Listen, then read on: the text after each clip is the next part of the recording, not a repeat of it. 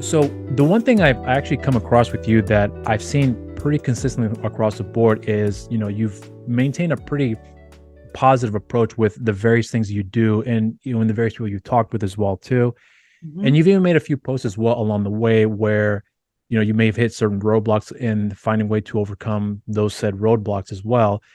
So the part that I was actually, because I haven't listened to every single episode you've done, but I was trying to see if I could find something that would kind of more or less like focus on those little specific set of areas where you really have like a really down moment where, whether it be personal, business, whatever the case may be, that really just brings you down, that was very hard to overcome, which was one of your biggest challenges, that you have more or less this brand about creating having this creativity aspect of this business that you're going with here, but also maintaining a positive attitude that in a lot of ways is, I don't mean to sound like as if though I'm trying to categorize it, but it's more like a brand. But I know it's part of that is you doing that here, but it's almost the appeal to is what the podcast and the whole brand is about. Mhm. So the question that I come across here is because when I looked at your post and see the consistency with that, there was a part of me that wondered if you ever have those moments where you're about to make a post, you're trying to keep that consistent outlet to be able to have people be aware of what it is you're doing, but during those particular pieces before you start recording or a day or two prior to that, if you have some serious moments where you are just not in a good mood. And then I'm wondering if at any point, if you just have to put on a switch like that to be able to put on the happy face. And then once you're done with it, I now have to deal with the problem at hand. So I'm curious to see how you actually deal with that when there's really more or less darker moments here. But um, because I'll be frank, when I'm watching you do that, there was a part of me that wondered is how much of it is, I'm not going to say an act, but rather more about how much of it is more to keep the face because it's consistent with what you've been doing from when you started Mhm. up to this point right now, if that makes any sense here. So I hope that wasn't too Yeah. convoluted of a question. No, it makes total sense. And I have to say, I am 95% of the time an incredibly positive person. Mm. I look at things in my life as opportunities and to learn and grow. And of course, I still have really crappy days Yeah. and moments where I feel defeated. And like recently, I shared or I did a free training on like sparking creativity in your everyday life. And of the 10 people who signed up, one person showed up. And I Mm. was like, oh, okay, cool. Here we go. And so in that moment of like doing this hour-long training for one person, in my mind, I was tracking all of the narrative of like, you're failing, this is awful, you don't know enough, all of the insecurities show up. I will say, as a therapist, I've got a lot of skills to navigate those moments of catching myself with that negative loop that I can get into and know that, okay, I'm going to be really aware and present of all of these things that are happening right now. And sometimes, I need to throw myself a pity party and cry. And I for sure have done that. And I did that after I got off the training.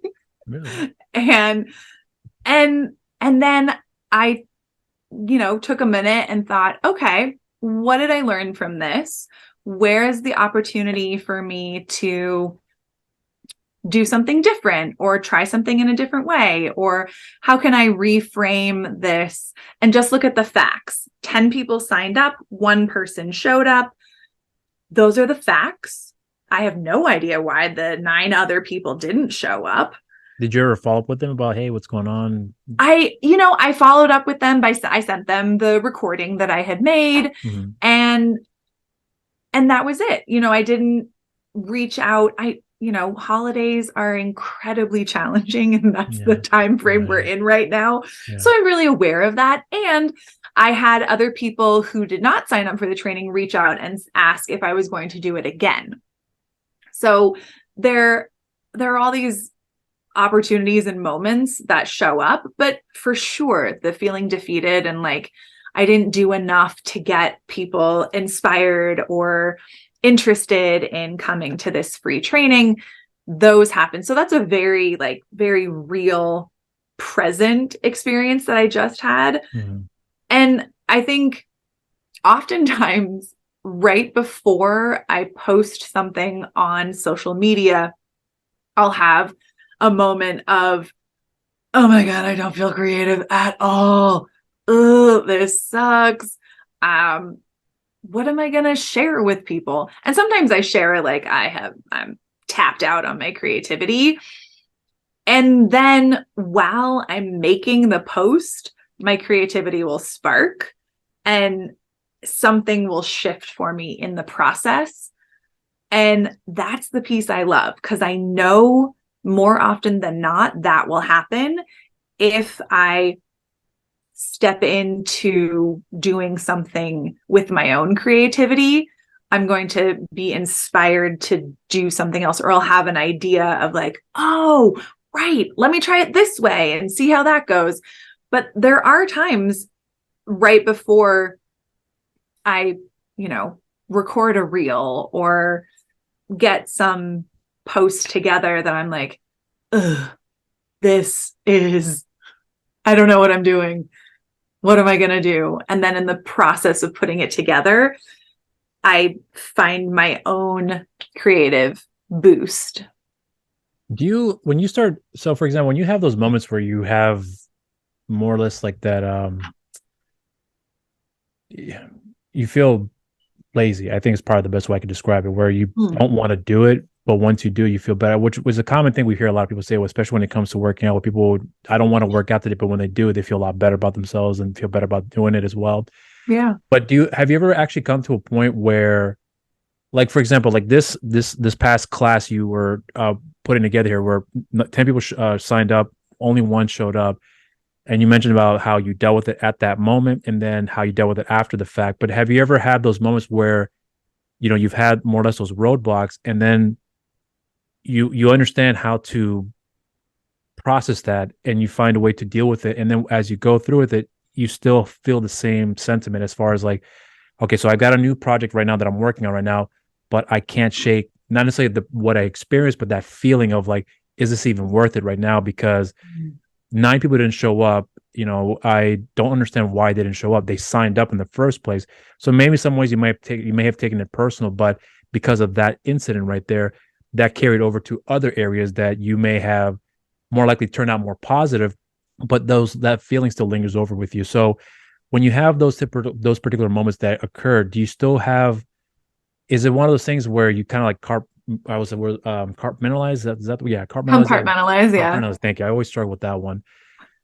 So when you have those moments, do you have just moments where you just break off one aspect of what you're dealing with here, but I can still do this, but maybe I'm not going to do it as enthusiastic as I was before because it doesn't require me to do it that way. So I'm wondering if you have a way that you pace yourself to be able to more or less recharge before you go more or less full blast, if you will. Yeah.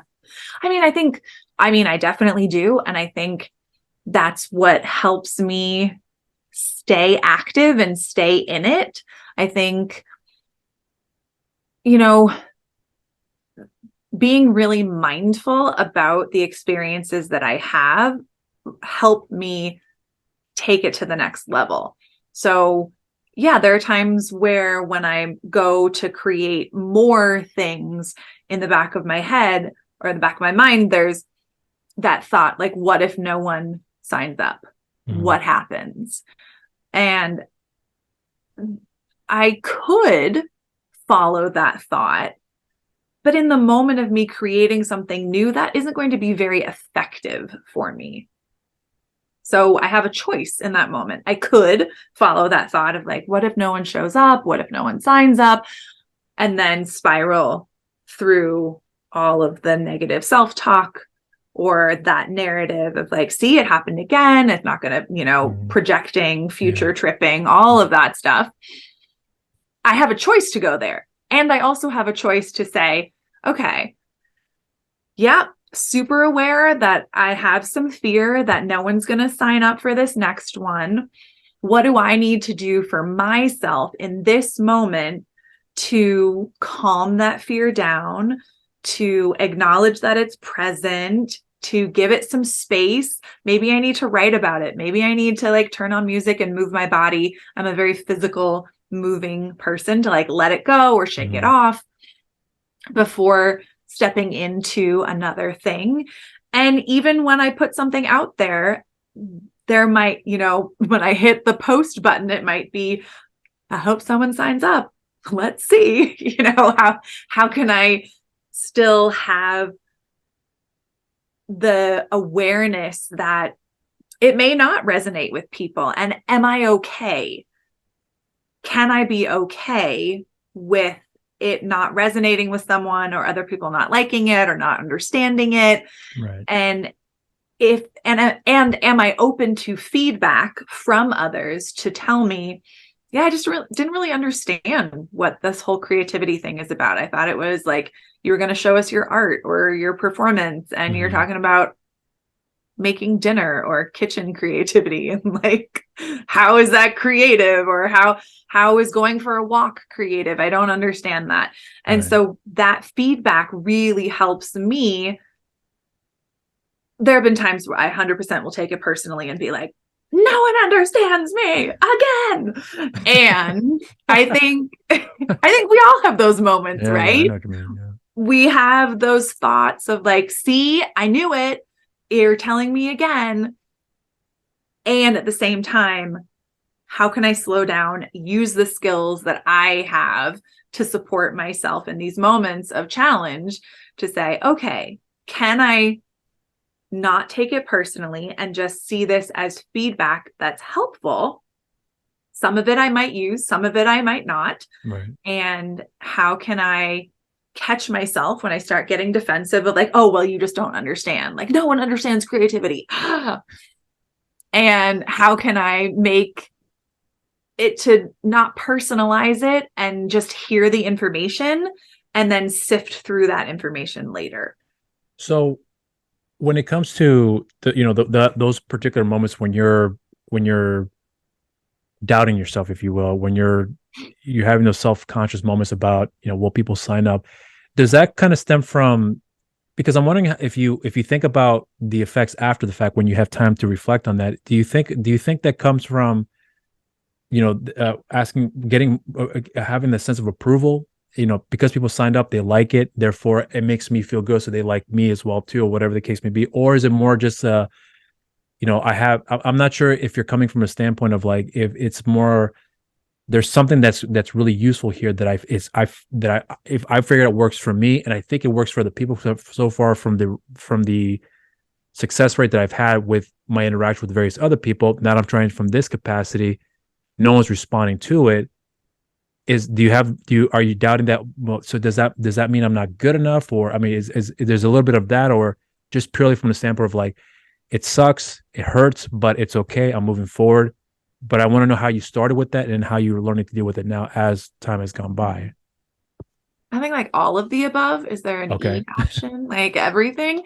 I mean, you cycle through it. Sometimes it's easier than other times. It depends on like, if I haven't had a lot of sleep and I'm eating crappy stuff, like it's going to impact me more than if I've had a good night's sleep and I've eaten and I'm not hangry and, I'm not stressed out. I will have a very different response to it than if I'm super stressed out and get to the point of like, I'm going to throw in the towel.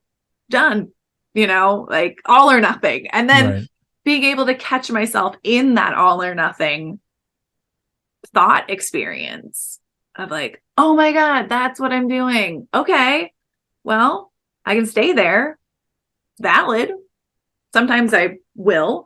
And other times like, no, okay, yeah, here I am in that all or nothing. I just need to go distract myself and do something completely different for a while. And then I can come back and unpack this a little bit more.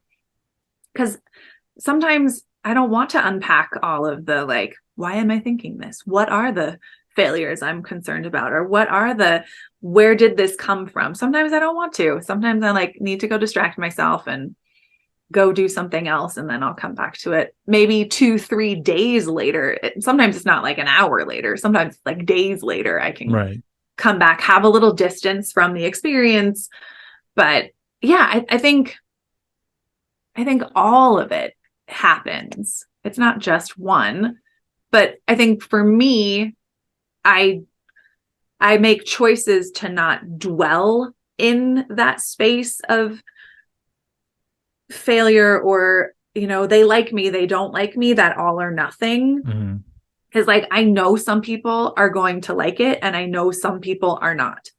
Like, Can you tell usually before, if you meet somebody and you explain to them and whether they show interest or not, but can you tell right off the bat if they are gonna get it before they get started with it, or do you have a little bit of a filtering out process to kind of, I wouldn't say vet them out, but maybe you have a preparation about how you would go about conducting that, that course, if you will, with them, or is it all just based upon, well, if they fit under these categories, then I'm going to do it like that. But or is it just going to be a person by person scenario to see how it plays out along the way? Because I'm wondering if you have a little bit of like a structure under certain type of people that respond and how you react to that, depending on, the response of that day, that time, whatever the case may be. I mean, I think I'd like to believe that I take every person as a unique experience and individual. Okay. And I will say sometimes I'm completely surprised that someone I thought would totally understand doesn't, and someone who I thought they're never going to get this is like, oh, I 100% get this and I can't wait. So I kind of love that experience of being surprised by people and having someone who I think would look at or hear me talk about creativity and be like, oh, no, that's not for me. And then have them say, oh my gosh, you are completely speaking my language and I can't wait to hear more and have more interactions and conversations about this. So I think I think every person has their unique experience of what creativity is. Right. I will say most people that I talk to, when I tell them about my kind of structure and foundation and understanding of creativity, their minds are blown because it is a very different conversation about creativity than most people are having today. When you talk to somebody, and they're going through the courses here with you, have you ever come across anybody that has, so this may be like more like a 2 to 3 part question, so, and you can answer it in any order you want, but when you come across somebody that, let's say, for example, you mentioned before that the people you thought would get it didn't get it, and then the people you thought wouldn't get it did get it, but when you come across those individuals like that you have those, you make those assumptions on, and then when you come across how they respond to it, have you ever had anybody that you thought would get it and then reacted very negatively to the approach you had, the thought process, and then maybe to the point where, I'm not saying it was getting hostile, but more in the sense of like there was a clear distinction about how they looked at it, and then how they looked at it, they either misconstrue what the overall process was that you're trying to explain to them, and therefore you realize that this person I can't break through at all, and there's no reason for me to continue on. Or better yet, if you have somebody that maybe had the same thought process, but you felt compelled to continue on and thought, maybe if I stick on a little longer, I can probably change the perception about what I'm doing, and then have them make a proper decision-making process for them to decide if this is in fact the best way for them to go about it, because now they understand the process, but it was worth me doing that. Because I think some people have a certain perception about how they would invest their time. And because this is a business for you, I would imagine that there are certain times you have to say, I got to make a decision quick and therefore move on to the next beat. But if you have the opportunity to invest that extra time with somebody that would be considered, they don't get it, move on to the next person. Like, I'm curious to see how you go about that thought process for yourself in terms of the business and more or less the personal investments, if you will. Yeah. I think the unique question, it's layered, if you will, so many different experiences. I think kind of 2 parts. As a coach and as a therapist, I allow the person I'm working with to make the choice if they want to continue or not. I'm not here to convince them to continue or convince them that I am the right fit if they don't feel it's the right fit. I will happily, give them referrals to other therapists or other coaches if it doesn't feel like it's the right fit or good fit, because I think that's the ethical thing to do. I'm not going to force someone to work with me who feels like I don't understand them or they don't understand the work that I do. I want it to be mutually beneficial. And so if there's someone who isn't interested in this field of creativity, that is 100% fine. I have no qualms about that. Like, if it doesn't work for you, that's okay. I may offer them a couple other options or little pieces on how to work with it in a different way or from a different perspective. But if someone is really clear that like this isn't a good fit, yeah, that's fine. I don't take it personally because like I know that experience as a client in therapy and with coaches. Like sometimes it just isn't a good fit. And I really respect people who can hear that and are willing to not take it personally and say, okay, great. I wish you all the best. Here's some options. If things ever change for you, I'm here. Happy to have you reach out. So I think there's that experience that happens for people. And then for someone who like doesn't understand this new way of looking at creativity, but is open to it, that's a very different experience. It might take some more time to kind of tease apart what their belief structure is about creativity and introducing my foundation of creativity. And it might be very new for them. So it's going to take some time. It's not going to happen overnight. But like growth and change doesn't happen overnight. We put in the work. We take, 5 steps forward, 2 steps back. It's that ebb and flow in the process. And that's part of creativity as well. Like we experience a process very differently, and it has layers. It has, sometimes things happen really quickly. Sometimes they happen more slowly. So I think it's more about meeting your client where they're at than expecting them to understand something the same way that you do. How do you deal with those days where you are having to meet up with a client and you're not in a good mood for whatever those reasons may be? And, obviously you have a brand and people who are very enthusiastic to work with you and see what you could do to help them out to, more or less expand their creativity. But when you have a moment where I don't want to do this right now, not because of the person that I'm going to be with today, but it's just, I just don't want to do this. And I know if I'm around them right now, I'm just going to give off some more or less bad vibes and I can't shake off that feeling. So when you have those particular moments like that, leading up to meeting up with somebody, whether it be through Zoom or in person, how do you deal with that and having to, have to go through that experience with the person? I mean, do you let them know ahead of time, hey, I'm just in a bad mood right now? Or do you keep that to yourself and find a way to, I wouldn't say put on a face, but rather just, find a way to look at something positive and use that as the inspiration to carry on that momentum here. So what's your process in those situations? Yeah. I mean, I think having those moments of like, oh, I don't want to talk or listen or whatever, it comes back to my own mindfulness practice of like, okay, this is the reality of where I'm at today. What do I need to do to give it attention, acknowledge it? So maybe I need to do some meditation. Maybe I need to get outside. Maybe I need to go do something so that I can shift the mindset that I'm in or the physical space that I'm in. And sometimes that works and sometimes it doesn't. And I think transparency is your best friend. Not to say as a coach, I'm going to tell my clients like, let me use your time to tell you all of the problems that I'm dealing with, because that's not appropriate. Right. I might say, I just want to let you know I've had a really rough day and I'm here and I'm going to be present. And I'm going to do my best, just like I know you're going to do your best here today. So it doesn't have to be perfect. Like perfection, what is perfection? I think that is not going to help anyone.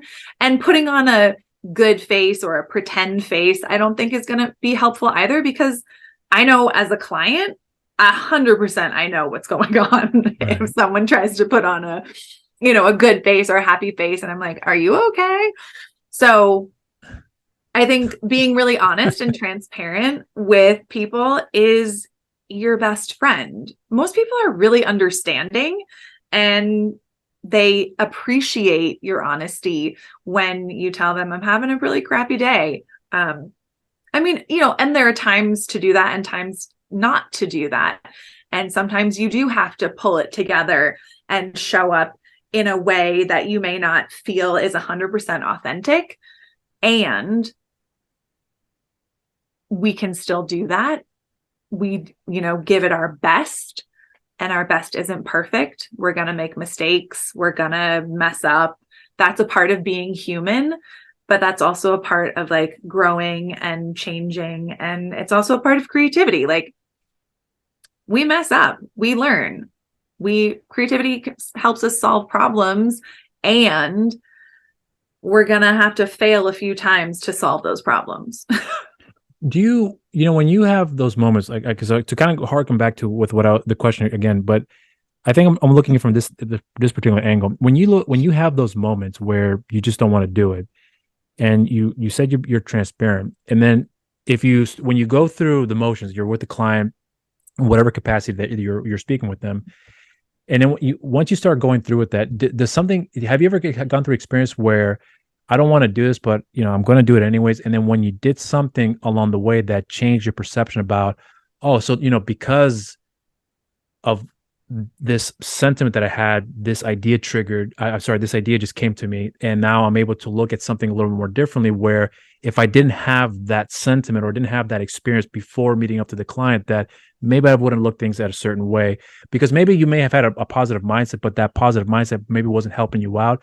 So having that sentiment leading up to the meetup to the client, something may have changed along the way where you looked at something that maybe would have helped you look at things a bit more clear, if you will. So maybe a kind of an odd question, but I'm usually trying to find out if there's something that you had carried maybe in a negative light, but that negativity clears something up for you in the process that changed your perception. And all of a sudden you looked at something that, okay, because of that, I had that experience. Now I know I can handle it better moving forward because of what I went through here. So I'm curious if you have those little type of scenarios that may have kind of helped along those ways.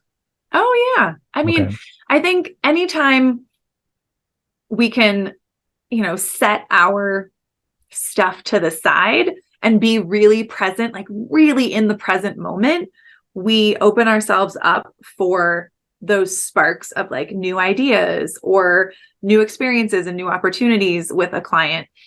It doesn't mean I'm ignoring the stuff that I'm dealing with, but I'm not going to bring it into the coaching session that I have or the therapy session that I have, because it's not my time. No. I can take that to my own coach and my own therapist, but being really present and really actively listening to the other person always helps me come out of myself and trigger or spark some other ideas of like putting some puzzle pieces together with a client to say like, oh, when you said that, it made me think of this other thing that you said last week or a month ago when you were really talking about how you wanted to design whatever you're working on. Mm-hmm. So I think I really try to actively listen as much as possible so that I'm really in that present moment experience with them to say like, oh, wow. Like when you told me this, it made me think of all these other things. And that process, because I think being in the creative process is what helps us get to that next phase or space. It's not about the the end product, but how can we be in the process? That helps me kind of step out of those moments. Do you think you are a better listener or a better talker? Yeah, what I mean by the question, I'm referring to like how you, when you listen to someone, tell you about what their process is, and then you're taking it in, and maybe and I'm not implying. I hope it doesn't come off as being a negative, because that's not what that's not how it's meant to be. But I'm asking because I'm wondering if you, when you listen to somebody tell you their ideas, their process, and then all of a sudden you listen to enough information, you understand, okay, I know what the beats are, I know exactly what needs to be done, and then you realize that you are better at providing the information. So I'm wondering if if you feel like you do one better than the other. Not to say you don't do both good, because from what I'm listening to you talk, it sounds like to me you do both very, very well. But I figured that there's got to be one that you do better than the other. And if you know which one it is, which one do you think is more beneficial in terms of your experience from speaking with the clients here? I mean, I think it depends on the day. Some days I'm a better listener and some days I'm a better talker. I think sometimes I can get really excited about an idea that I have while I'm listening to someone.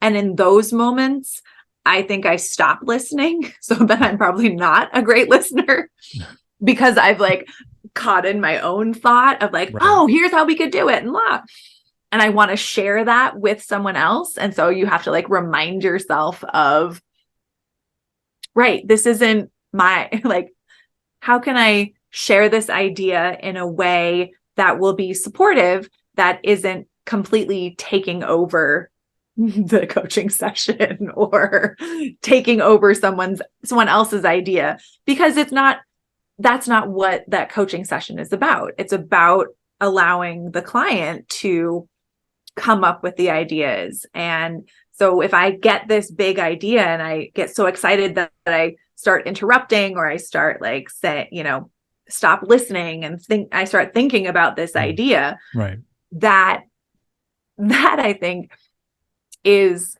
a problem. It's a challenge that I navigate in the moment. And so I think sometimes I'm better at listening, sometimes I'm better at talking, but I like to try and balance both. And there are, little tricks and tools that we as coaches and therapists use when we're listening to make sure we're really like in the conversation and not caught up in our head thinking about, oh, this reminded me of that other thing and I want to bring it back, but now I need to come back and pay attention to what this person is saying to me and telling me about their experience. Do you think for yourself, because I think you've answered this question before, I mean, you actually might have brought it up in one of your episodes here, but it's since you started doing this, because you mentioned before how you wanted to be an actor, and then that whole process kind of just derailed your expectations, if you will, right? And then that more or less led you down to this path here. So, I think, like I said before, I think you've answered this question, but I'm kind of want to go more in depth with you about this, because if I recall, I think you have said that because of this path you've taken here about trying new ways to open up people's creativity in a new format, if you will, that may not be considered the standard, and which is why some people may not understand it right away, and it takes time and so on, which we've already kind of go over here. But when you started going through that for yourself up to this point, do you feel like that with the highs and lows you've had, it sounds like to me that you've gotten a lot more out of this in terms of like what you've been able to accomplish and discovered yourself as a person, as far as the things that maybe if you had gone through the acting phase, if you had actually gotten auditions and that it led you to a part, maybe you wouldn't have gone down this path, but maybe you wouldn't have been the same person that would be as creative. Maybe you would be creative in an acting form, but those creativity juices that you have in you may not have parlayed very well in that field. They would have done in this particular field. So I'm not saying that if you think about how it worked out for you, but I'm wondering that because of those experiences, that it had opened up a lot about yourself, and in turn opened up to a lot more other people that have been more receptive towards you. And you realize that this is actually for the better for me, and therefore it's making me happier. So I'm wondering if you have those moments where you obviously feel good about it, but do you ever have doubts where like, but how far will this last? Because, obviously we don't know what the future will bring, but I'm curious if you ever had those little moments where you feel like this is too good to be true, But will it fall apart the next day, if you will? Mm-hmm. That's a great question. I don't know that I have those thoughts of like, this is too good to be true. I think Right. I'm just in it. I'm like, Right. this is so fun. I Right. love doing this. So I enjoy it. I mean, I think for a very long time, I had a very narrow understanding of what creativity is. And for me, it really was relegated to the performing arts, as most people have. Right. And transitioning to have it be involving more areas of my life, I think that was kind of meant to happen. I still get to perform every once in a while when I want to. And I find so much more happiness and joy incorporating the smaller everyday creative moments than having it all in this big chunk and then doing a show and then having it over and losing it all. Like the sustainability of the everyday creativity over time, the joy and happiness, like if we had a graph, is way up here Right. from the everyday creative moment experience versus the peaks and valleys of like, I'm doing a show and this is amazing. And now it's over and everything is awful. And now it's amazing. And now it's awful. Um, so, you're in it, you love it, it's Right. awesome. And Right. then it goes away. And you have, in the performing arts world, you get like the post-show blues and people get really depressed and it's Yeah. really hard because you lose your support system, you lose friends, all of it happens overnight.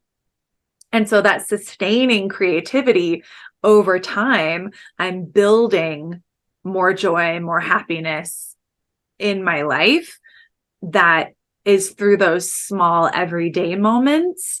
So yeah, I don't know if I could say like only being a performer and only doing creative things as I do them now. One is better, they're so Right. different. But I think the important piece is, paying attention to your joy meter, your happiness meter, because I think we all want more joy and happiness in our life. Yeah. And it's hard to sustain when we're at a 10 all the time. We need Yeah. some little peaks, maybe some threes and twos in there. So explain to me about the so as you I'm wondering if you ever have moments where I wouldn't say you're running out of ideas, but maybe, I've tried various things to make it exciting for myself or make it interesting for the clients to give them incentive to want to, partake with this, with what this program that I have going on here. You ever feel like you've come to a point where, I'm not sure if there's anything new coming out of this year for me, because the results are more or less the same. The approach is, I wouldn't say it's the same, but the ideas, the process may not be the same, but the approach as far as how you want to go about it may be the same. But it's I'm not sure if it's the best way to explain, but I hope you understand what I mean by that. But I'm wondering if you come to a point where you realize I'm doing everything and I've done everything, but what else can I do to make it more interesting, to not make it redundant for me, because either I've run out of ideas or something's not clicking for me. I'm wondering if you have those little particular roadblocks that you feel like it's you've come to a halt, if you will. Hmm. I mean, I think I may have those moments, but then I come back to reminding myself that while this is something I've been doing for a while, it's really new for other people. And getting to share that experience with people is awesome. So while I have done it over and over and over, Mhm. other people, it's their first time. And so I try and remember, okay, what is it like to have that first time experience and moment when something clicks and I feel like, oh my God, this is awesome.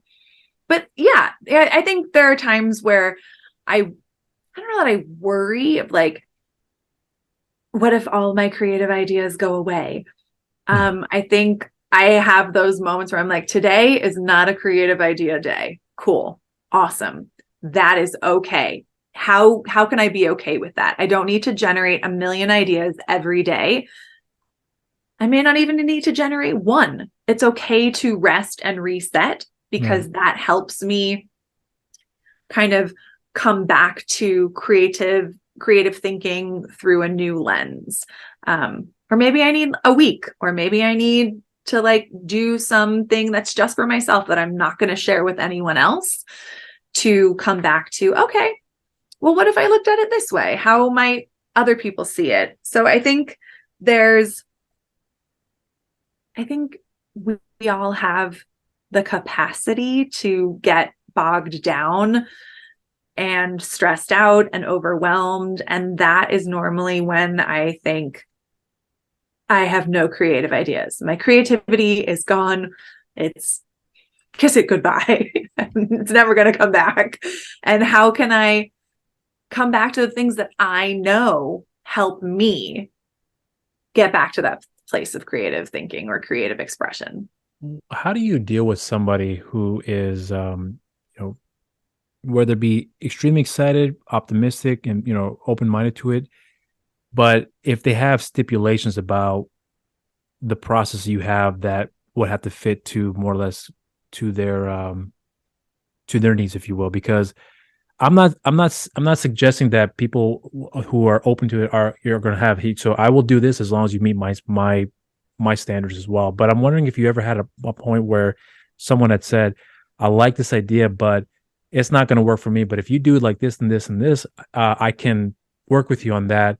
But it's totally against with your approach here, because you know that the ideas and the methods you come up with here is actually quite helpful. But someone else has a set of stipulations that may hinder that process for you. But these ideas work because you've seen how the results have come out of it.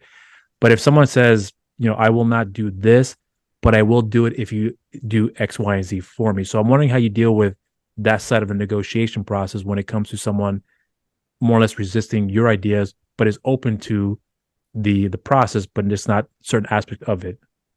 Sure. I mean, I think we all have resistance Right. to things. And, can we really believe 100% of someone else? And it worked for them, but I don't think it's going to work for me, but I think it's a good idea. I think it comes back to like meeting people where they're at. Okay. I'm completely fine. If they want to take the information and try it their way, great. If it works, awesome. If it doesn't, cool. Let's try something else. So I think if there's a lot of stipulations from someone else, they're totally allowed to have these stipulations. It may work for me. It may not work for me. I also have boundaries. Like I'm going to say, you can happily try that and come back to me after you've tried it and let's talk it out. But, these are the ways that it has worked for other people.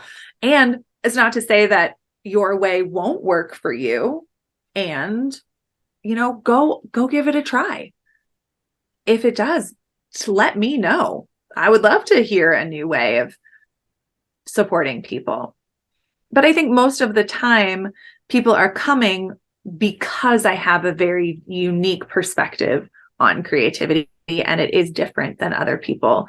And we're going to be doing different things than maybe a traditional coach might do with your creative experience, creative blocks. But I think, again, it comes back to like meeting people where they're at. So it's like case by case scenario. Yeah, I don't think you could have one response for everyone. Right.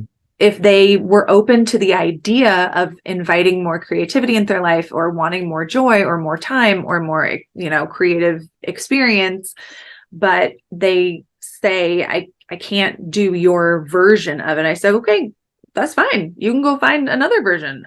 It's fine with me. Like, not a problem. And if you want, or you're ready, we can try this and see if it works. And along the way, let's finesse it and tweak it and make it work even better than for you. If what we're doing now isn't working, let's see if we can make it work. But more often than not, the thing that it comes down to is that someone doesn't feel safe.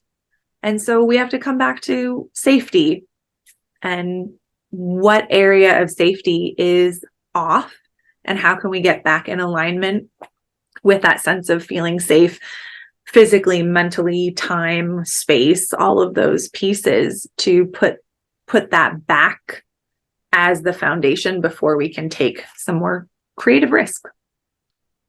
You know, I when you're explaining this to me, I thought about a time where you know, I think I'm sure you've experienced it on several occasions, but I wonder when you have these moments where, so for myself, I'm using an example. So for example, like with what I do here, having to explain to somebody outside of, you know, this particular field that I do, and I'm sure in yours as well too, when you explain to somebody, if they ask you, what do you do? Mm-hmm. And you tell them, you know, I'm a creative coach. I'm also a therapist as well too.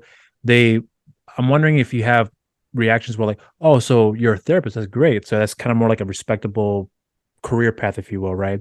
When you tell them creative coach, you know, that might have to some people some stigma behind it where like, what does that mean? You know, is that even a real thing? Is it something you made up? So when I talk to people about what I do here, I say, oh, I host a show on YouTube with this channel, Nerds Rule the World. And I've talked to people in the entertainment, but then I started branching off and talk to people in various other fields that are interesting for me to delve into because I find what they're doing to be really interesting. Therefore, I found something that I connect with, and therefore I have an incentive to want to talk to them. So when I explained that to them, it's like, so you talk to actors? Yes. Well, who's an actor you talk? Well, I mean, they're well known in their respective field, but they're not like Stallone or Tom Cruise. Right. So you talk to a psychiatrist or psychologist? I have.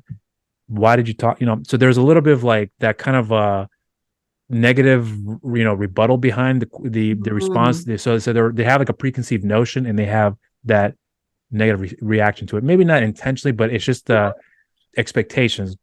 So when you come across somebody that has asked you about your career and you tell them I'm a therapist, I'm wondering if you purposely tell them one over the other so that way there's a little bit more of a cushion so that way they don't have that reaction to you, or if you say, you know what, whatever, I'm a creative coach, this is what I do, but I'm also a therapist as well. So I'm wondering how you go about this, you know, letting people know about that, and then what the typical reaction is and how you conduct those said reactions. Yeah. Well, first, I'm a dance movement therapist. So that in and of itself, no one knows what that is. So it's like, which one do I choose to go with? And to be perfectly honest, I look at it as an opportunity to educate someone on creativity and the creative arts therapies. So I'm a dance movement therapist. I'm a creativity coach. To me, it doesn't matter which one I lead with because they're both going to be questioned and talked about because people don't know that dance movement therapy even exists. And many people think, oh, you're a dance movement therapist. So do you do like physical? Are you a dancer? And have to kind of explain, no, I work in the mental health field and addiction field, and we just use the body as a tool for change. As a dance movement therapist, we pay attention to the connection between the mind and the body.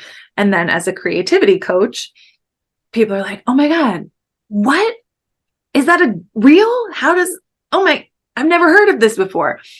And so I look at these moments as opportunities to share with people that, yeah, these are actual careers. These are actual jobs you can do and like make a living. And they're super fun and super cool. I love doing it. And so anyone who is going to come at me with like, oh, that's not a real job, that's fine. That you are allowed to have your opinion. And doesn't mean that I am not going to say like it's not a real job because I actually do it. So I don't I don't internalize or take on other people's negative ideas about it. If it's not for them, it's not for them. Totally fine. So I'm going to say this, that I was very looking forward to speaking with you because, as I mentioned before, the initial idea for the show was to talk with people in the entertainment industry because I'm a big film lover. I love movies. That's my go-to for everything. Yeah. But then as time has gone by, it more or less shifted from that to, well, let me talk to various other people in other areas that is in relations to film that I can get the perspective, which kind of did turn out that way for most part. And then I start to converse with various people that have, again, nothing to do with the film industry, but they have perception about how they look at it. And then it goes from one conversation to the other, which is unrelated to what the initial subject matter was supposed to be about. And then that completely changed my perception about what I wanted the show to be about, which is talk with interesting people and find interesting things to talk about and see what they've done that I can connect with here, not to sound pretentious, but that I can connect with here to find something that's interesting to talk about in hopes that other people will find it just as interesting, if not more. So when I had, when Brim had linked everybody up in the chat board and seeing what everyone has done, in time, I looked into what the various people that are in the chat board to see what they've done that I can take away from here that would be interesting for me to learn from them about why they do what they did, why they do what they're doing, I'm going to say, and then see why they're still maintaining with that despite some of the hurdles that may come with it. And sometimes I come across quite a few that have shared their setbacks, and then that's when I find their story much more interesting because that's where you get to learn about them when they're in their more or less their downfall, if you will. Mm-hmm. So, but you were interesting for me because a lot of times, like I said before, you're mostly positive. And then I have heard several conversations where you have some roadblocks, but it was almost as if though, not to describe the person you're speaking with, but it was almost glossed over. And that's the part I want to learn more about.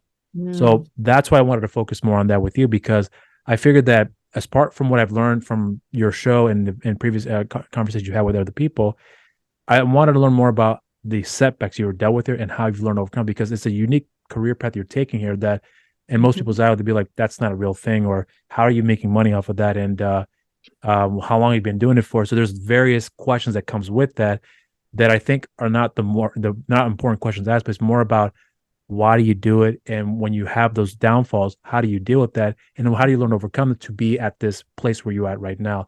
That to me is the most interesting part. So to have this moment to speak with you about that and be able to ask these questions, you be able to provide those answers for me, has taught me a lot more about you that I can take away from here to see how you go through the motions, if you will. So if anything, I want to say thank you for that, because it's something that I don't take for granted, but I think it's the most important to learn about a person is when they're at their lowest, or, what they perceive to be their lowest, and understand where they're coming from, that, from their perspective as well too. So I'm not sure if, because this episode, by the time this uploads here, probably a few weeks from now, but I'm wondering if there's anything in particular that you would like to say in closing, as far as for anyone else to be on the lookout for, that you are anticipating within that time frame that people can look out for when it comes to your upcoming projects and anything you're going to be working on down the pipeline. Yeah. Sustaining Creativity podcast episodes typically come out on Tuesdays, so people can check that out. Recently, I've been airing a couple episodes a week, which has been super fun, getting to talk with people around the world about creativity and what it means to them and how they use it and what creative memories they have in their life. It's a lot of fun. So check out the podcast. Follow me on Instagram and Facebook and TikTok for all of the unique creative experiences and expressions that I have. And maybe you'll try some of them yourself and let me know how it goes. All right. Well, so for the cameras here, I want to say thank you again. This was actually a lot of fun. I would love to do this down the line, to be able to speak and pick up where we last left off, because I think there's only so much that we have covered here that barely scratches the surface that I think I would have liked to delve into more here. But until then, so again, for the cameras, I want to say thank you. And until next time, cheers. Thanks.